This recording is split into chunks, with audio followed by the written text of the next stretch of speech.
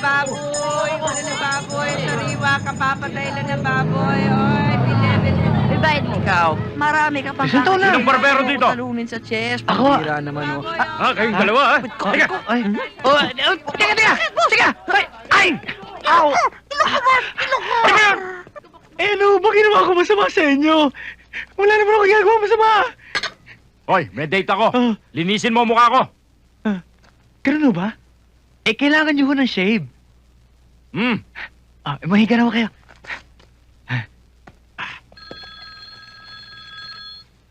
Ace Barbershop, hello? Hello. Sino to? Si Robbie to. Bakit? Bago ka, no? Oh, lahat kami bagong pasok dito. Meron bang anghel dyan? Wala. Walang anghel dito. Ano kayo? Panay demonyo?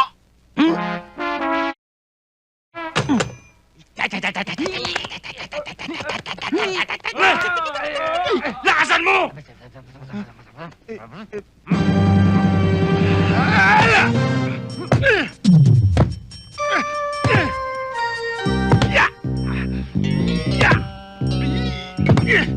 Ano ba? Wala bang hard massage dito? Gusto ko ng hard! Hard? Hard?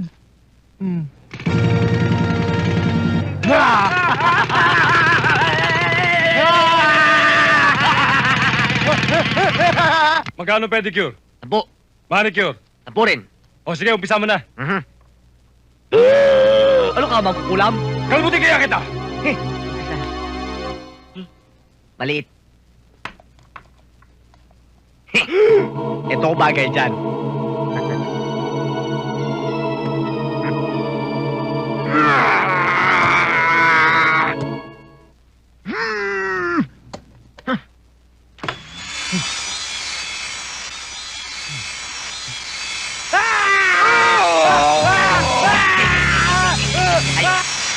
Ace Barbershop, hello? Nawasa to, no? Pakitignan lang kung tumatakbo yung metro ng tubig nyo. Oh, nandili lang.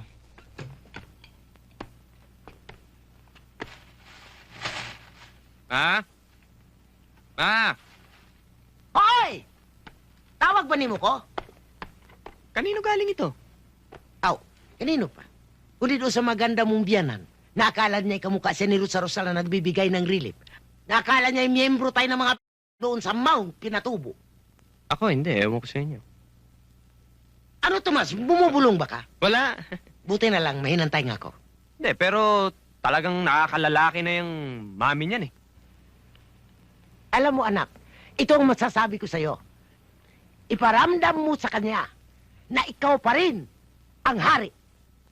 Na padre niyo pamilya dito sa tahanang ito. Tama. Ako pa rin! Ling? Tama. Ling? Asos! Ling? Hatid mo naman si Princess sa eskwela. Oh, bakit? Ikaw? Saan ka pupunta? Pupunta ang trabaho. Di ba sabi ko sa'yo ayoko? Inay, mag-uusap muna kami mag-asawa. Siya! Halika rito, anak.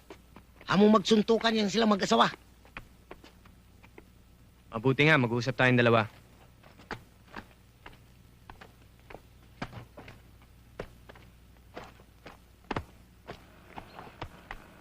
Tomas, sana intindihin mo naman ang sitwasyon natin.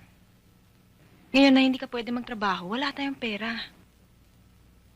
Nangutang na nga tayo kay inay. Kargo pa nga natin siya. Eh, ang mga gastusin naman dito sa bahay, hindi tumitigil. Pagkain, ilaw, tubig, tuition fee. Kasalanan ko ba kung maghanap ako ng paraan para maitawid ang pamilya natin? Ngayon lang naman eh. Habang hindi ka makapagtrabaho. Sana intindihin mo naman ako. Mauna na ako.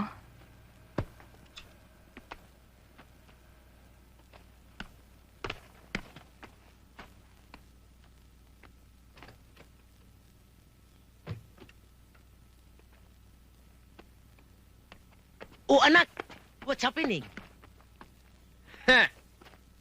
Ma, pinayagan ko? Tama. Ikaw pa rin ang ilaw ng tahanan. Kayo naman ang dilim. Anong pakialam ko kung hindi siya nakapag-aral? Dahil ho, tinanggal yung sa trabaho ang ama ni Ida. Naghihirap sila. Kilala ko ho si Mang Berto, hindi ho siya masamang tao. Nag-imbestiga ka ba? Inalam mo ba kung ano ginawa niya sa pabrika? Iha naman kasi, bakit ka nakikisabak sa mga bagay na yan eh? Hindi mo naman problema. Naawa kay Ida eh. Naaawa ka kina Ida. Sa amin ng dad mo, hindi ka naaawa. Kung kinakailangan mo ng tulong, sabihin mo lang. Bibigyan ka namin ng pera. Hindi yun may ibalik niyo lang sa trabaho ang ama ni Ida. Hindi ko magagawa yon. Problema namin to. Huwag mo na akong pakialaman. Ang pag-aaral mo, asikasuhin mo. Ayun na nga, Dad eh. Part ng subject namin na pag-aralan kung bakit may mga taong nawawalan ng trabaho at kung bakit nagkakaroon ng strike. Ang husay mo na sumagot ngayon, ah. Part din ba yan ng mga natutunan mo dun sa subject nyo? Ate, solve din ako dun sa mga ginawa mo kanina. Yung mga sinabi mo kay na daddy, matagal ko na rin naman gustong sabihin sa kanila yun.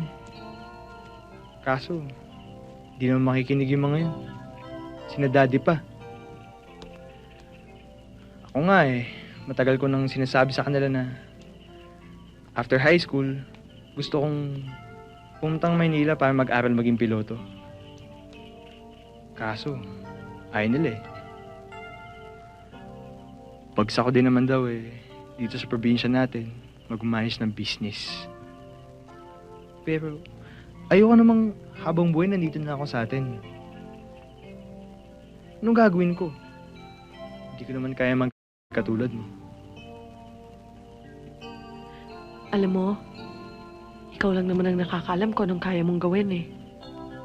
Pero oras na malaman mo kung anong gusto mong gawin, I'll be there to support you.